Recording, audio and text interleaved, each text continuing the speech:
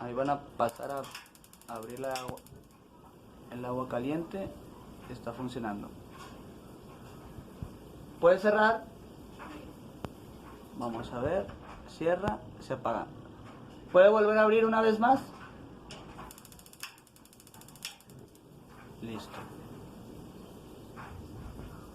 Reparación de boiler completa.